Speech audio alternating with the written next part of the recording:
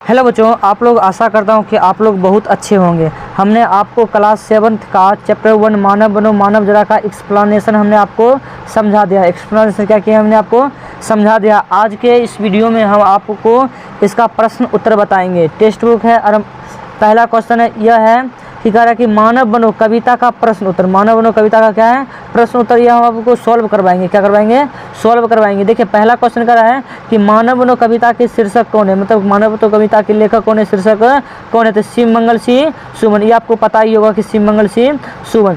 दूसरा क्वेश्चन कह रहा है कि मानव बनने के लिए हमें कौन सा कार्य करना चाहिए, मतलब कि मानव बनने के लिए हमें कौन सा कार्य करना चाहिए। कविता में हमने आपको समझा दिया कि मानव बनने के लिए हमें किसी का आसरा नहीं करना चाहिए। क्या नहीं करना चाहिए? किसी का आसरा नहीं करना चाहिए। और हमें कभी भी किसी के सामने आंसू नहीं बहाना चाहिए। क्या नहीं बहाना चाहिए? आंसू नहीं बहाना चाहिए। और किसी के आगे हाथ नहीं फैलाना चाहिए। मतलब मानव बनने के लिए विशेष कार्य जो है कि हमें मानव बनने के लिए किसी का आसरा नहीं करना होगा, कभी आंसू नहीं बहाना होगा और किसी के आगे हाथ नहीं फैलाना होगा। और हुंकार ऐसा करना होगा कि अपने आंसुओं की सींच कर जन कल्याण में लगाना होगा कि पूरा देशवासी हमको याद करे। पूरा देशवासी हमको क्या करे? पूरा देशवासी हमको याद करे। अब आइए नेक्स्ट क्वेश्चन देखते हैं कि नेक्स्ट क्वेश्चन क्या कहता है। अब देखिए क्वेश्चन 3 नंबर, कितना नंबर क्वेश्चन है? 3 नंबर क्वेश्चन। 3 नंबर देखते कहता है कवि के अनुसार सबसे बड़ी भूल क्या है। हमने बताया था कवि के अनुसार सबसे बड़ी भूल है किसी की आशा करना, नहीं किसी का आशा करना। आप कभी भी जिंदगी में किसी का आशा मत कीजिएगा, आपको जो करना है वो करते रहिएगा। तो कभी यही कहते हैं कि किसी का आशा करना सबसे बड़ी भूल है। सबसे क्या है? सबसे बड़ी भूल है। अब कहता है कि अर्थ का भाव स्पष्ट कीजिए। अर्थ का भाव स्पष्ट कीजिए। कहता है कि अब अश्रु दिखलाओ नहीं, अब हाथ फैलाओ नहीं, मतलब कि अब अपना आंसू मत दिखाइए और अब हाथ किसी के सामने फैलाइए नहीं। तो किसी के सामने मत रो, किसी के सामने मत रो, किसी चीज़ की कमी हो तो किसी चीज़ के लिए भी हाथ मत फैलाओ। मतलब यह कह रहा है कि किसी के सामने अपना हाथ मत फैलाओ, किसी से कुछ मांगो मत। अब देखिए ख नंबर क्या कहता है? कहता है अब हाथ मत अपने मलो जलना अगर ऐसे जलो। अब हाथ मत अपने मलो जलना अगर ऐसे जलो, अपने हृदय की भस्म से कर दो धारा को उर्वरा। मतलब कि ऐसा अपना हाथ मलने से कोई फायदा नहीं है, बल्कि जलना है तो ऐसे जलो कि अपने हृदय की भस्म से पूरी पृथ्वी को, पूरे विश्व का कण कण कर दो हरा। अब देखिए इसका आंसर हम क्या लिखेंगे? मनुष्य को अपनी भूल पर पछताना नहीं चाहिए। मनुष्य है तो गलती होबे करेगा, मनुष्य है तो गलती होबे करेगा। ऐसा क्या है? भगवान से जब गलती हो सकता है तो इंसान कौन दक्षी का मसाला है। अब देखिए किसी से जलना भी नहीं चाहिए, किसी से जलना भी नहीं चाहिए। यदि जलना हो तो ऐसे जलो धूप की तरह, सूर्य की तरह। देखते हैं सूर्य ऐसे जलता है कि कोई भी उसे आंख नहीं मिला पाता है और वही चांद से सब मिला लेता है। अब देखिए आगे क्या कहता है? मानव अपने हृदय भस्म से पृथ्वी की उर्वरा बना दो, अर्थात अपने जलन को भी सार्थक कर दो। मतलब जलो भी ऐसा जिससे क्या हो दूसरों का भलाई हो सके। अब देखिए पाठ से आगे, अब क्या देखेंगे? पाठ से आगे। पाठ से आगे में पहला कहता है कि मानव बनने की बात जो कवि द्वारा बताई गई है, इसके अतिरिक्त आप मानव बनने के लिए कौन कौन से गुण देखना चाहेंगे। तो आप अपने भाषा में लिख सकते हैं कौन कौन सा गुण कर सकते हैं। हमको जो समझ आया हम अपने भाषा में आपको लिखा रहे हैं। कवि कहते हैं कि मानव बनने के लिए अनेक बातें बताई गई है, इसके अतिरिक्त हम मानव में निम्नलिखित गुण को देखना चाहते हैं। सबसे पहला, मानव कर्मशील हो, यानी कर्म करे। मानव समय का महत्व, देखिए दुनिया में सबसे ज़्यादा महत्व जो देना होगा ना, समय के देना होगा। क्योंकि जो समय एक बार चल गया ना वो वापस कभी भी नहीं आता। जो समय एक बार चल गया वो वापस कभी भी नहीं आता। उसके बाद मानव में परोपकारी का गुण हो, दूसरों को परोपकार करे, दूसरों की मदद करे, दूसरों को क्या करे? परोपकार करे। अब देखिए नेक्स्ट क्या कहता है? कहता है कि मानव सत्य अहिंसा का पुजारी हो, सत्य और अहिंसा का पुजारी हो। महात्मा गांधी सत्य और अहिंसा का बहुत बड़े पुजारी थे। मतलब सत्य मतलब हमेशा सच्चाई के रास्तों पर चलना चाहिए और अहिंसा मतलब कभी भी हमें हिंसा नहीं करना चाहिए। लेकिन आजकल के बच्चों को देखते फी बात में गाली गलौज करेगा, जिसके क्या बोलने की लड़ाई झगड़ा करने के लिए उतारू रहता है हमेशा। अब देखिए क्वेश्चन 2 कहता है कि अगर कोई समस्या आपके सामने आती है तो इन समस्या का समाधान आप कैसे करते हैं, उदाहरण सहित समझाइए। अगर मान लीजिए भविष्य में आपके पास कोई समस्या आ गया तो आप उसको कैसे सॉल्व कीजिएगा, उदाहरण सहित बताइए। उदाहरण सहित बताइएगा तो आप अपने भाषा में लिखिएगा। वैसे एक बार देख लीजिए। मानव के सम्मुख समस्याएं अनेक आती है, मतलब कि मानव है तो समस्या अनेक आती है, लेकिन उन समस्याओं से घबराना नहीं चाहिए। कभी भी कितना बड़ा समस्या आएगा उससे घबराएंगे नहीं और हाथ पर हाथ रखकर चुपचाप भी नहीं बैठेंगे। मतलब कि समस्या आएगा चुपचाप बैठेंगे, समस्या कभी समाधान हो पाएगा? कभी नहीं हो पाएगा। भाग भरोसे तो कायर पुरुष बैठते, मतलब कि भगवान के भरोसे हो जाएगा। अरे भगवान बैठे कि तू उठ के कर, भगवान तोरे भरोसे बैठे हैं, भगवान के भरोसे तुम मत बैठो।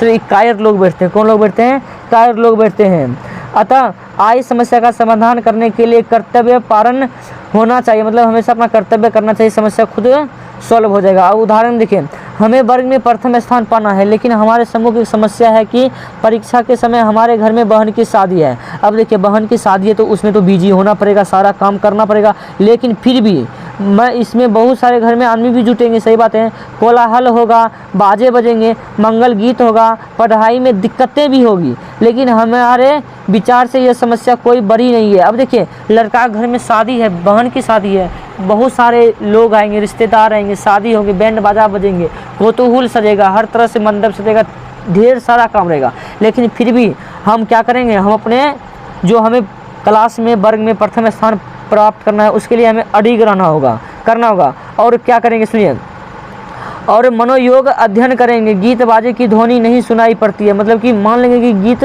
ध्वनि की जो आवाज़ देती है हमको सुनाई कुछ नहीं पड़ेगा, हमको बस पढ़ना है, हमको फर्स्ट लाना है।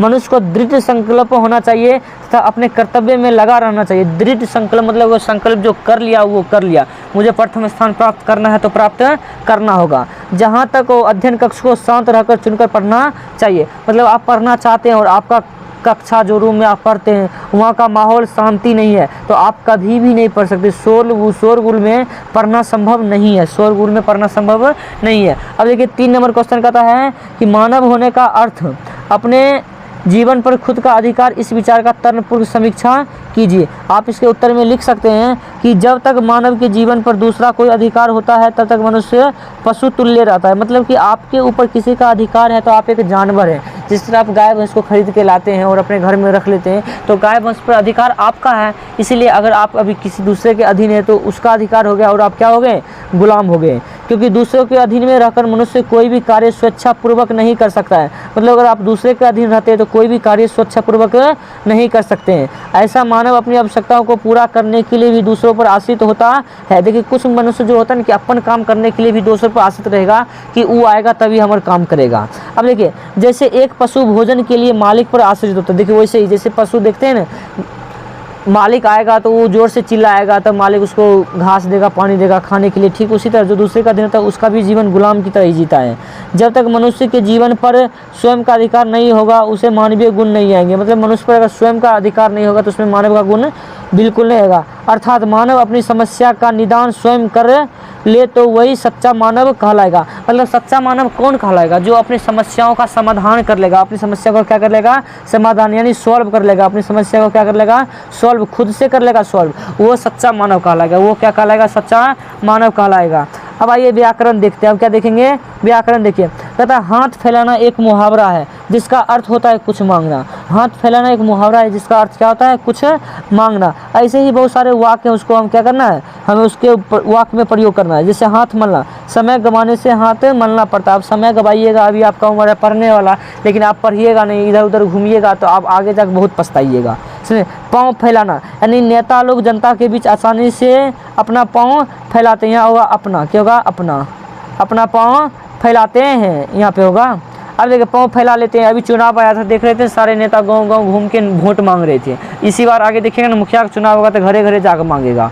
अब देखिए आगे कहता है आँख मारना। क्या कहता है, आँख मारना। देखिए लड़कियां भी लड़के पर आँख मारती है, ये बात सही है कि लड़का अक्सर मारते हैं लेकिन लड़कियां भी मारती है। अब इसको वाक्य में प्रयोग करना। अब देखो कान देना, बच्चे शिक्षक की बातों पर कान नहीं देते। शिक्षक पढ़ाते रहते हैं, बच्चा का ध्यान कहीं और रहता है, मगन रहता है, कहीं गाना बजता है तो गाना पे मगन रहता है। तो बच्चे बहुत नटखट होते हैं। वो कोचिंग में भी बच्चे शिक्षक के बातों पर ध्यान नहीं देते, भले देखते हैं टीचर को लेकिन ध्यान कहीं और रहता है। तो ऐसा नहीं होना चाहिए।